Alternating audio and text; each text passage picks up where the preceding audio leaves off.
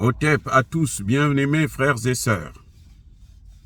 Vous savez, je rigolais un peu là, mais je voulais partager ça avec vous. En fait, je réfléchissais sur les sanctions. Les sanctions de la France contre les États du Sahel, des pays du Sahel. Et je me suis dit, mais attendez, qu'est-ce qui se passe? Est-ce que finalement les Français, là, tout ce qu'on nous a dit d'eux là, c'est faux?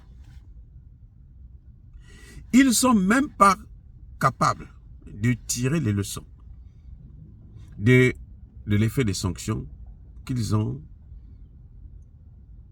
pris contre la Russie. 17 000 sanctions. 17 000 sanctions. La Russie que vous voyez là. 17 000 sanctions. L'économie de la Russie là. Le PIB de la Russie là sera supérieur au PIB de l'ensemble des pays de l'Union européenne. Vous vous rendez compte? Mais ça dit que... C'est quoi ça? Et ils n'ont pas attendu un an. Non. Ils ont continué à faire les mêmes sanctions contre le Mali d'abord. Bon, le Mali, c'est au même moment, hein, pendant qu'ils sanctionnaient la Russie, ils avaient déjà entamé les frappés durs sur le Mali. Et le Mali est en train de s'en sortir. Au point où le Mali a contaminé le Burkina Faso. Au point où le Mali est actuellement l'un des pays les plus aimés en Afrique. La jeunesse, là, ne jure que sur le Mali. Tout le monde, il pense qu'au Mali, nous voulons même prendre la nationalité tous malienne, là, parce que c'est trop beau de voir ça. On vous sanctionne, mais vous évoluez. Barkhane est resté au Mali pendant 10 ans. 8 ans exactement. 8 ans et demi, 9 ans. Bon, c'est pas Barkhane, MINUSMA et tout, c'est la même chose. Donc, ils sont restés 10 ans. Et vous savez quoi? Ils n'ont pas pu libérer Kidal.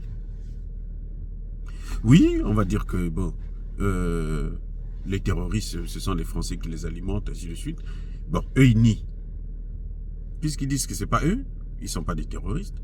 Mais en tout cas, le fait qu'ils n'ont jamais pu libérer Kidal, mais même pas la ville, mais encore moins le territoire, la région de Kidal. Le Mali a récupéré ça après leur départ. Alors qu'eux, ils disaient que non. Comme ils sont sous sanction là, comme ils ont des armes, il y a des armes. On fait qu'arrêter les chefs terroristes là. Actuellement, là, depuis qu'ils ont récupéré Kidal, les chefs de terroristes ne font que tomber. Tomber un à un.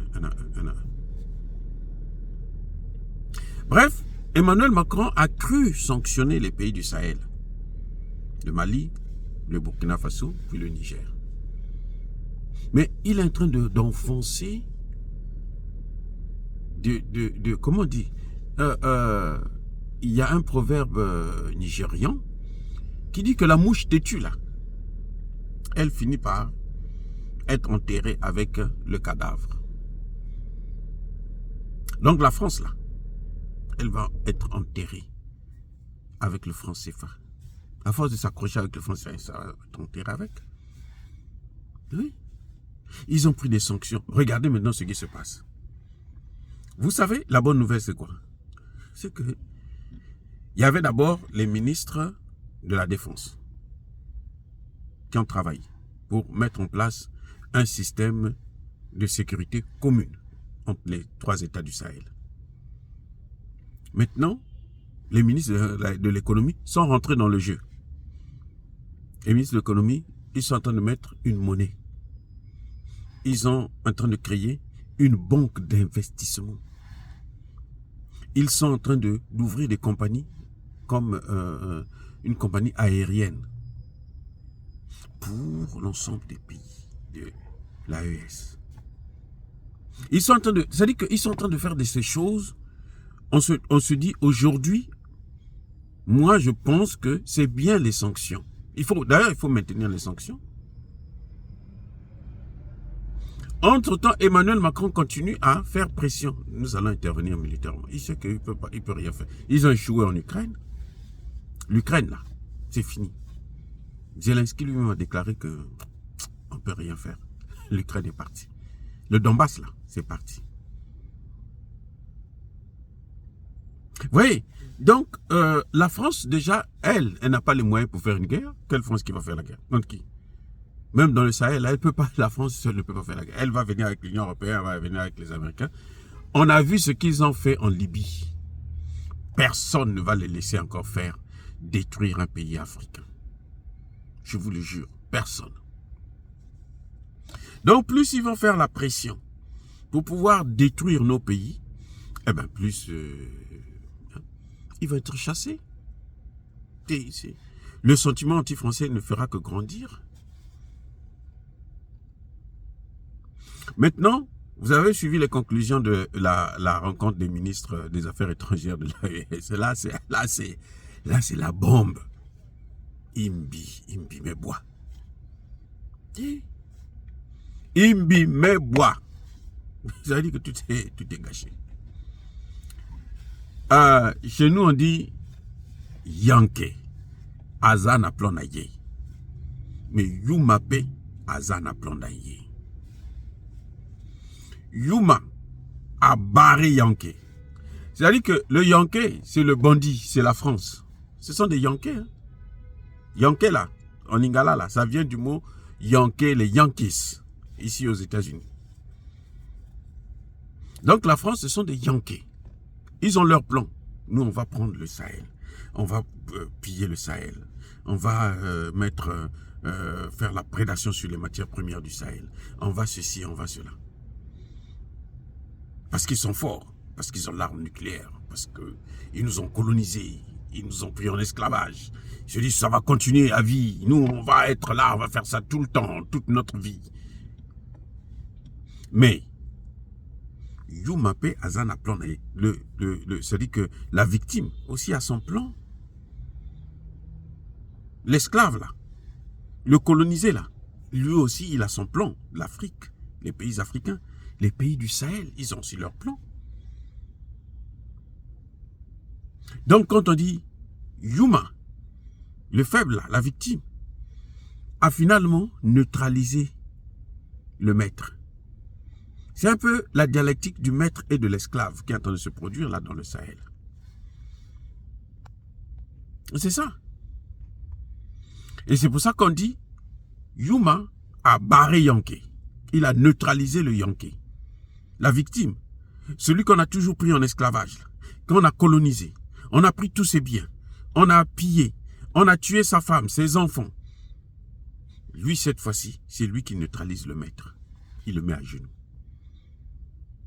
Et le maître ne peut plus se lever. Il ne pourra pas se relever. La France, on a vu la France aller maintenant au Kazakhstan, au Ouzbékistan, pour aller vendre les rafales. Et je vous donne les rafales. Par pitié, je vous donne les rafales, donnez-moi l'uranium. Nous allons maintenant transformer notre uranium là, chez nous. La Russie a la technologie. La Chine a cette technologie. L'Iran a la technologie. La Corée du Nord a la technologie. Et vous venez nous emmerder. Non, mais quand vous ne nous arrangez pas, ne nous dérangez pas. C'est ce qu'on est en train de dire à Emmanuel Macron. Mais non, la plus grosse conséquence des sanctions d'Emmanuel Macron, c'est laquelle? Vous imaginez quoi? Eh bien, je disais tantôt, la conclusion de la rencontre des ministres des Affaires étrangères. Le communiqué final est tombé. Que dit-il? On passe de l'alliance des États du Sahel à la confédération. Les 3 ministres demandent au chef d'État de la sous-région du Sahel de créer, vous savez quoi? Une confédération, une fédération.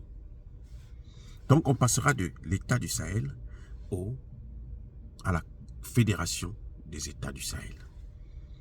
C'est le début des États-Unis d'Afrique.